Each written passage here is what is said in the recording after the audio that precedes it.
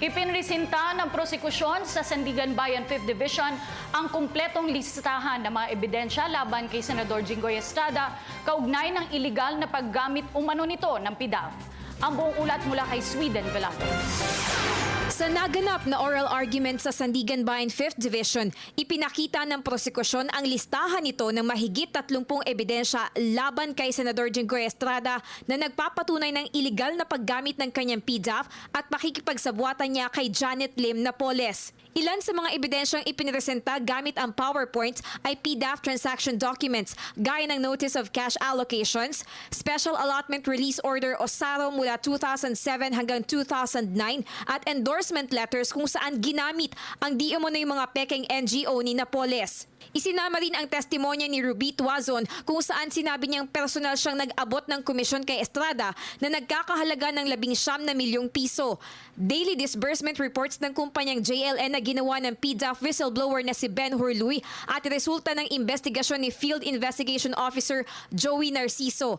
Aniya, hindi ginamit ang pork barrel ni Estrada para sa mga panukalang proyekto, pineke ang mga dokumento ng liquidation at walang programang naipatupad. Kinumpirma ng Anti-Money Laundering Council o AMLAC ang mga impormasyong ipinasok ni Luis sa kanyang records. Doon ay lumabas na umabot sa 183.7 million pesos ang kabuuang halaga ng kickback na natanggap ng senador sa pamamagitan ng cash deposit at fund transfer. Samantala, sa panig ng depensa, iginiit nitong walang matibay at malakas na ebidensyang naipakita ang prosekusyon.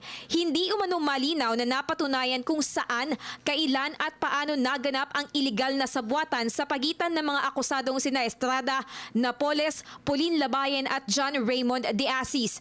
Sa 27 testigong iniharap ng prosekusyon, bukod tanging testimonya lamang ni Ruby Tuazon, dating malapit na kaibigan ni Estrada at PDAF middleman ang kanilang ginamit, gayong inihayag nito na hindi niya matandaan kung magkano ang kickback na personal niyang iniabot kay Senador Jinggoy dahil hindi binilang ni Tuazon ang laman ng bag.